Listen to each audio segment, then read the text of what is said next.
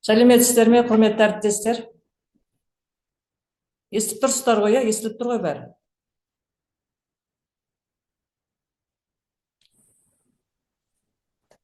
Жақсы естіліп тұр. Сағыныш Жанат. Рахмет. Барлықтарыңыз қош келдіңіздер. Келіп жеткен Наурыз мерекесімен барлықтарыңызды құттықтаймын шын жүректен. Барлықтарыңызға жасыл желек үйлеріңізде молшылық, тоқшылық әкелсін. Мерекеге аман есен жете беріңіздер. Наурыз мерекесінде көктемдей құлпырып жүре берулеріңізде жыл басының жақындарыңызға, отбасыларыңызға қуанышпен, жақсылықпен келуіне тілектеспін. Үйіңізден бақ береке қонып, ақ мол, уайым қайғы жоқ болсын дегім келеді. Ал енді қашықтан өткізілетін вебинардың тақырыбы қазақ тілі мен әдебиеті пәнінен авторлық материалдарды қолданудың маңыздылығы. Баяндамашылар Сакиева Сағыныш Жанатовна мен және Махатова Азиза Шералиевна. Саламатсыздар ма? Нөмір 46 гимназияның қазақ тілі мен әдебиеті пәні мұғалімдеріміз, педагогика ғылымдарының магистріміз, педагог зерттеуші және педагог эксперт екі мұғалім бүгін қатысамыз.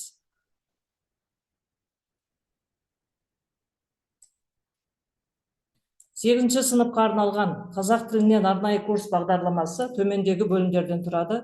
Бұл бағдарлама оқушылардың қазақ тіліндегі тілдік дағдыларын дамытуға, сөздік қорын кеңейтуге, грамматикалық ережелерді меңгеруге және шығармашылық қабілеттерін арттыруға бағытталған. Қазақ тіліне арнайы курс, элективті курс бағдарламасы мазмұны бойынша айтып кететін болсам, білім алушылар бұл элективті курстан алған білімін өмірде, тұрмыста, күнделікті өмірде, түрлі жағдаяттарда қолдана алуына бағытталады. Бұл сөйлесім әрекеті басты қағидалардан, ережелерден, заңдылықтардан, ұстанымдардан, адам мен адамның арасындағы, ұлт пен екінші ұлт арасындағы пікір алмасулардан, сөйлесулерден, түсінісуден көрінеді. Бұл нәтижеге жету үшін біз қазақ тіліне арнайы курс, элективті курс бағдарламасы аптасына 1 сағаттық, барлығы 34 сағаттық білім материалдарын қамтиды. Курстың өзектілігіне тоқталатын болсам, білім алушылар білімді меңгеру деңгейінің әртүрлі болуы, қолданыстағы оқу әдістеме кешендері берілген ресурстардың дифференциацияланбауы, білім алушылардың коммуникацияға шығуына жеткіліксіз болып табылады. Бұл қалыптасқан жағдай қазақ тілі мен әдебиет сабақтарында қосымша курстардың, жүйелі курстардың керек екендігін көрсетеді. Осы жерден біз осыны байқаймыз. Коммуникативтік құзыреттіліктерді қалыптастыруда тілдік ерекшеліктерді білу маңызды болып табылады. Сонымен қатар, оларды түрлі жағдаяттарда қолдануда. Дағды айналдыру үшін арнайы курс сабақтарын ұйымдастыру қажеттілігі туындап отыр. Білім алушылар басым көпшілігі жаңа сөз тудыруда, сөйлем құруда едәуір қиындықтарға тап болады. Біз орыс мектебі болғандықтан, осындай элективті курстардың пайдасы өте зор деп ойлаймын. Барлықтарыңыз менімен келісетін шығарсыздар. Қазақ тілінен арнайы курс, элективті курс бағдарламасы білім алушылардың тілді үйренудегі осы мәселесін шешуге бағытталған болып табылады. Курс барысында білім алушылар грамматикалық тақырыптар арқылы, лексиканы емес, лексикалық тақырыптар аясында сөйлесім әрекеттерін үйренетін болады. Енді курстың міндетіне тоқталатын болсақ, қазақ тілінің жалғамалы тіл ретіндегі ерекшеліктерін түсіну болып табылады. Қазақ тіліндегі сөйлем құрылысын, сөйлем ішіндегі сөздердің орналасу тәртібін, жай және құрмалы сөйлемдерді құру кезінде пайдасы өте керек болады. Жалғаулардың түрлерін орынды қолдану керек, коммуникативтік байланысқа қатысуға дағдылану болып табылады. Монолог, диалог құрылымын және сөйлесім әрекеттерін құруында орынды қолдану болып табылады. Сөйлесім әрекеттерін құруда етістіктің шақ, етіс, рай, көсемше, есімше категорияны орынды қолдану, сипаттау, әңгімелеу, пайымдау мәтіндері құрылымын, жүйесін білу, құру болып табылады. Курстың бағдарламасы бірінші бұл лексика мен сөз жасамынан тұрады. Бұл жерде біз сөздің мағынасы мен түрлерін дұрыс қолдана білуге, лексикалық мағына мен оның түрлерін, негізгі туынды қосымша мағыналарды қолдана алуына баланың, синонимдер, антонимдер, амоним сөздерді сөйлем құрастырған кезде дұрыс қолдана білуге, туынды сөздер мен негізгі сөздерді сөз жасам, қосымшалар арқылы сөз жасау, туынды сөздермен және олардың мағыналық ерекшеліктері, сөз жасамының түрлері, жұрнақ, жалғау, қосымшаны дұрыс пайдалана білу екенін білеміз. Енді екінші бұл грамматикаға тоқталамыз. Етістікпен және оның түрлерін дұрыс қолдана білу керек балалар. Етістіктің түрлерін, етістіктің шақтары мен райларын, модаль сөздер мен етістік формаларын, сөйлем мүшелерін, сөйлемнің құрылымы мен түрлерін, сөз таптарын, жалғаулар, көмекші сөздерді, сөз таптарының өзара байланысын қолдана білу керек. Үшінші бұл әдебиет және тіл мәдениеті. Әдебиет теориясында бұл 4 негізгі жанрда дұрыс қолдана білу, мысалы эпосты, лирика, драма, трагедияны бір-бірінен ажырата білуге, шығарма мен мәтіннің ерекшеліктеріне, қазақ әдебиетінің классиктері мен заманауи жазушылардың есімдерін білуге және олардың қандай шығармалары бар екенін білуге көптеген көмегін тигізеді. Тіл мәдениеті бұл тілдің қолданылуы мен жазылым нормаларын, әдептілік пен сыпайылық тұрғысынан тіл қолдану болып табылады. Төртіншісі бұл шығармашылық жұмыс және сөйлеу дағдылары. Эссе, реферат жаза білуге қазір өте бұл маңызды. Тақырып таңдау, жоспар құру, мәтін бойынша мысалы аргументтерді қолдану осы эсседе, жазбаша жұмыстардың құрылымы мен стилін ажырата білу, рөлдік ойындар мен дебаттарды өз ойларын жеткізе білуге үйретеді. Қоғамдық мәселелер туралы пікірталас ұйымдастыра алады балалар. Әлеуметтік және мәдени тақырыптарға өз ойларын білдіре алады. Бесінші бұл тілдік жаттығулар мен дағдылардың маңызы өте жоғары. Балалар диалогқа түскен кезде, монологты айтқан кезде бұл өте маңызды болып табылады. Балалар сонымен қатар сұхбат жүргізеді, пікірталасқа түсе алады. Әртүрлі жағдайларда сөйлеу дағдыларын дамытады. Қазақ тіліндегі шығармашылық жазуға қатыса алады. Шағын әңгімелер, ертегі, өлең жазуға дағдыланады. Мазмұндама шығарма жазуда дағдыларын дамыта алады және ешқандай айырмашылыққа түсе алмайды. Ең соңында бұл бағдарлама маңызы оқушылардың қазақ тілінің барлық салаларын меңгеруіне көмектеседі және олардың жазбаша және ауызша сөйлеу дағдыларын жетілдіреді. Әр бөлімде тереңірек зерттей отырып, оқушылардың тіл үйрену қызығушылықтарын арттыруға болады. Өз ойымды аяқтаймын. Назарларыңызға рахмет. Сұрақтарыңыз болса, қазір ең соңында сұрақтарыңызды қоя аласыздар. Енді екінші баяндамашыға көңіл бөлсеңіздер.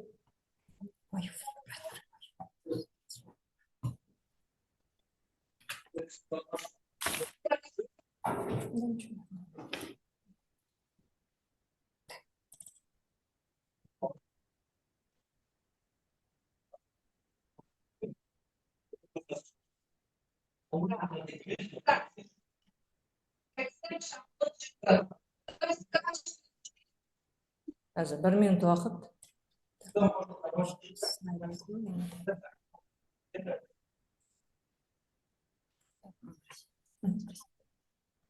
Көрініп тұр ма сіздерге? Сәлеметсіздер ме? Дауыс естіліп тұр ғой. Просто видео отключи. Армысыздар, ардақты ұстаздар, аяулы әріптестер. Менің оқу үдерісіндегі функционалдық сауаттылықты тиімді қолдану жолдары атты вебинарыма қош келдіңіздер. Вебинар жоспарымен таныстыра кетейін.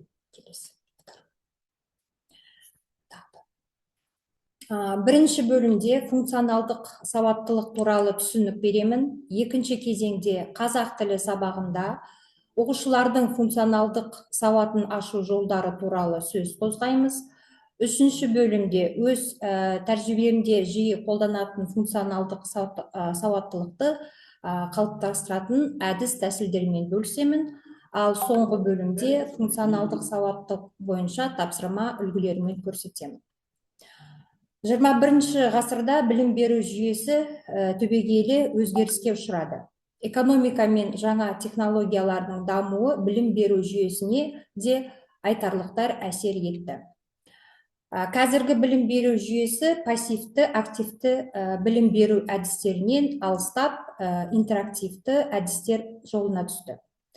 Қазіргі қоғам мемлекет білім беру жүйесінен жай сауатты емес, функционалды сауатты тұлғаларды тәрбиелеуді талап етіп отыр.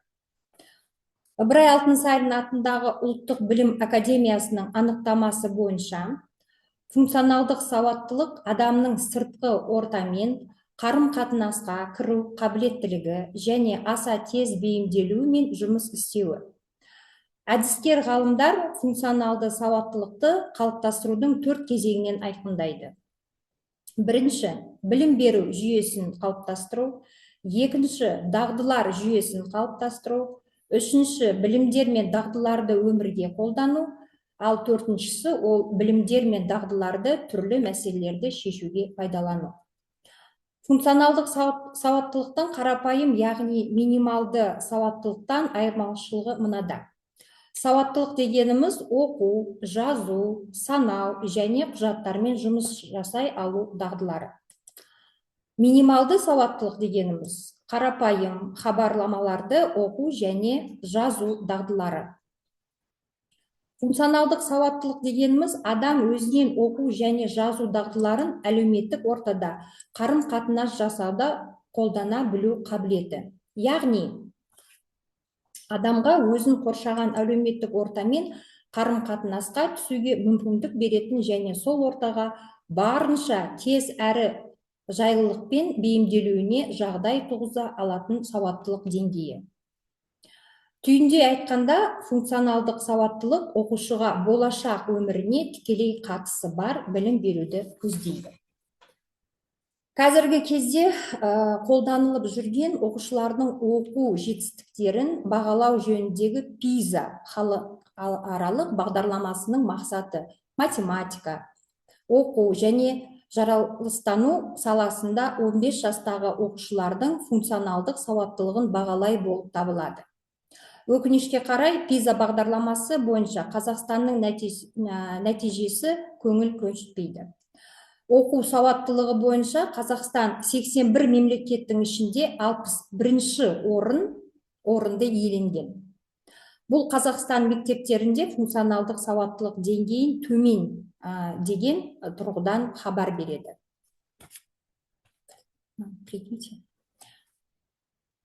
Функционалдық сауаттылықтың түрлері көп. Қазақ тілі сабағында оқу материалдарын жасауда функционалдық сауаттылық түрлерінің барлық элементтерін пайдаланған жөн.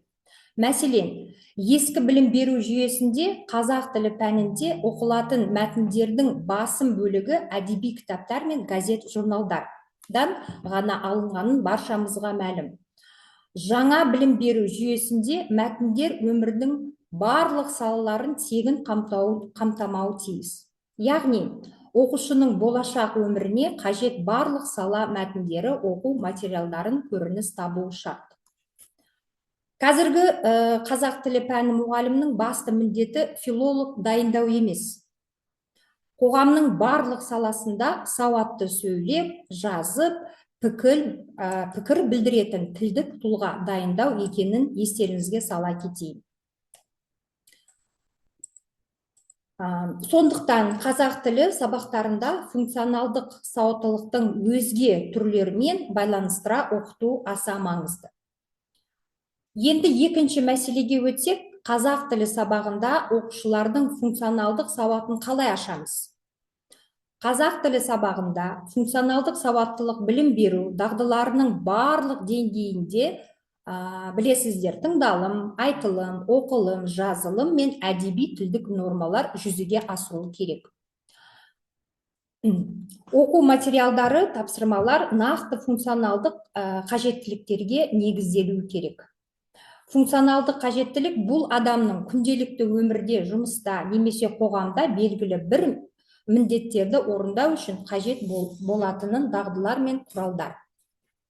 Қазақ тілі сабағында функционалдық сауаттылықты енгізу үшін оқушылардың тілдік дағдыларын өмірлік жағдайларға қолдана білуіне назар аудару қажет. Оқу Сауаттылығын қалыптастыруда сыни ойлау мен жаһандық құзыреттіліктің де маңызы зор.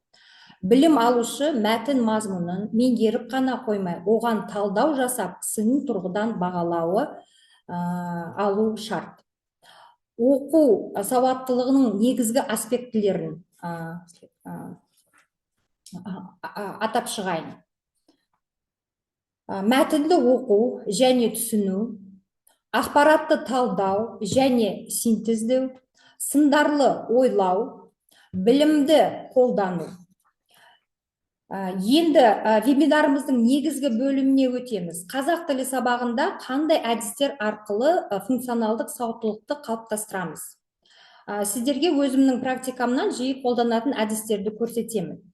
Функционалдық сауаттылықты қалыптастыруда ең тиімді әдіс ол жағдаят әдіс. Жағдаят әдіс оқушыларды өмірлік жағдайларға негізделген тапсырмалар арқылы оқыту тәсілі. Бұл әдіс функционалдық сауаттылықты дамытуға көмектеседі, өйткені ол оқушыларды шынайы өмірде кездесетін мәселелерді шешуге дағдыландырады. Мәселен, көнерген сөз, эфемизм, дефемизм, табу сөздердің қолданыс аясын түсіну және ажырата білу деген мақсатты берілді делік. Бұл оқу мақсатында досыңыз сөйлесу барысында дефемизм сөздерді жиі қолданады. Оған қалай ескерту жасауға болады деген жағдаятты берсек болады. Немесе екпіннің түрлерін, ол сөз екпіні, тіркес екпіні, логикалық екпін, сөз және сөйлем ішінде орынды қолдануы керек. Рөлдік ойын. Рөлдік ойын әдісі функционалдық сауаттылықты қалыптастыруда аса тиімді. Рөлдік ойындар диалог, полилог құрастыруда пайдаланамыз. Бұл әдіс оқушыларды тұрмыстық жағдайға сай рөлге бөлу арқылы жүзеге асады. Жағдаят әдісіне білім алушы мәселенің ішіне жолын іздесе, рөлдік ойын әдісін дайын оқу материалдарын қолдануға бағытталған. Енді инфографика әдісі. Инфографика дегеніміз ол ақпаратты визуалды түрде жеткізетін құрал. Ол мәтін, сурет, диаграмма және графиктерді біріктіре отырып, күрделі мәліметтерді қарапайым әрі түсінікті етіп ұсынуға көмектеседі. Әсіресе оқылым мәтіндерінің инфографика арқылы берген тиімді. Инфографиканың негізгі түрлері атап шығайын: статистикалық инфографика, процестік инфографика, салыстырмалы инфографика, географикалық инфографика және хронологиялық инфографика. Енді следующий слайдта жаһандық жылыну инфографика әдісін оқылым және жазылым тапсырмаларына беру аса тиімді.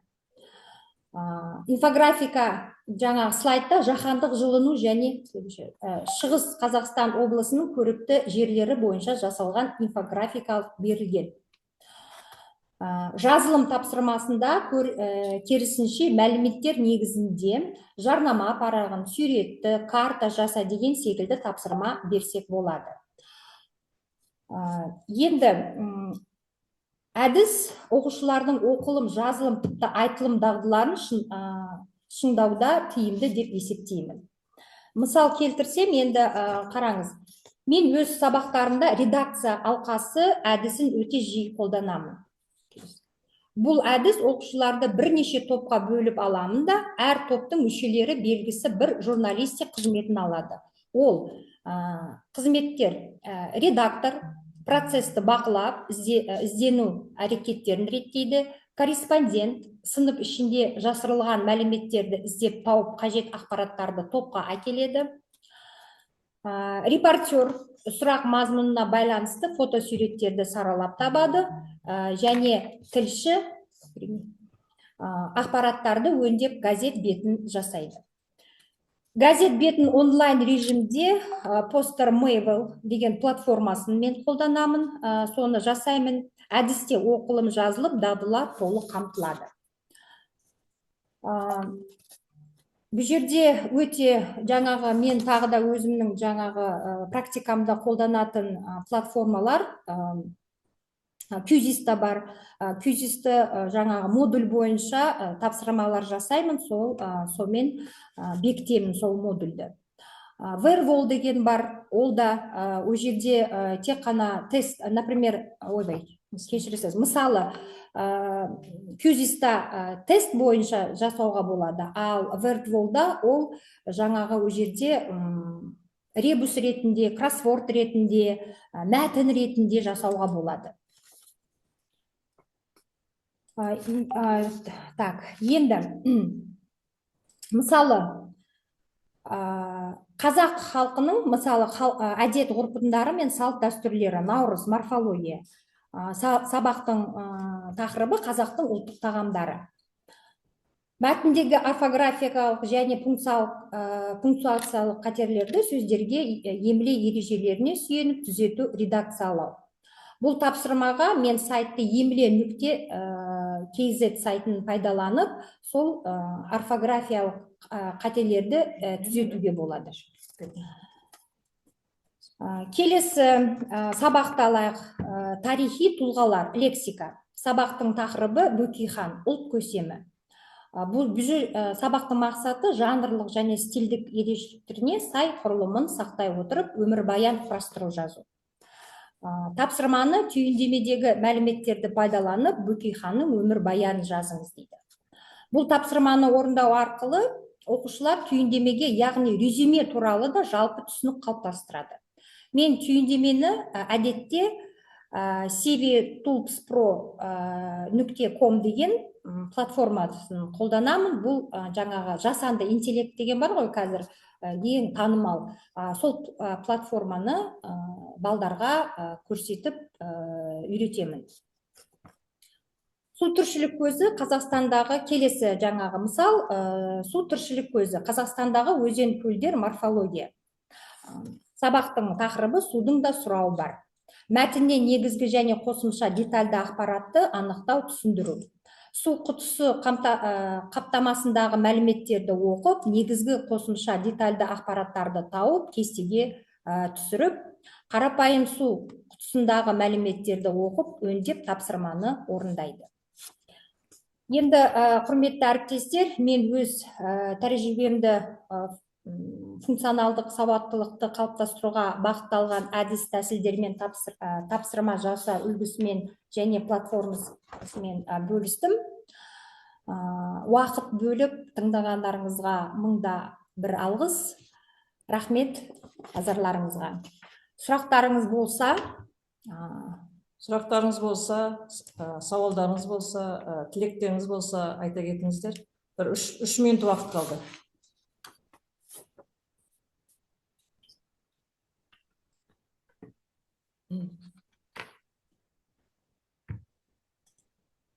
Дыбысты қосып кіре берсеңіздер болады.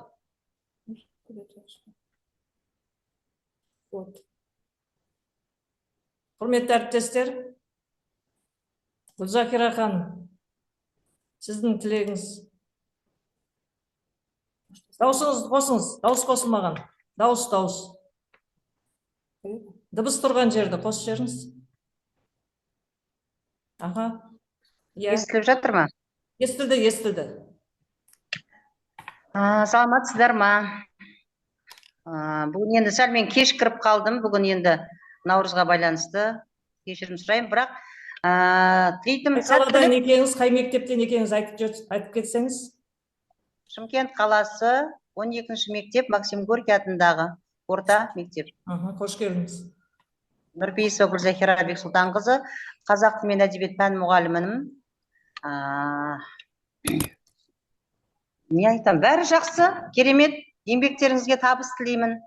Толағай табыстар тілеймін, шығармашылық ізденістермен, сәттіліктер әрқашан серіктеріңіз болып, бастаған жұмыстарыңыз алға баса берсін. Рахмет.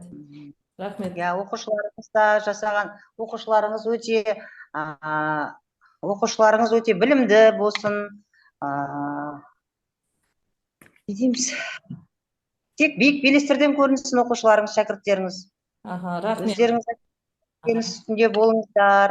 Жаңағыдай осындай семинарлар, көптеген халықтың басқа да мұғалімдердің енді бір-біріне пікір алмасуы, білім алмасуы өте керемет деп ойлаймын.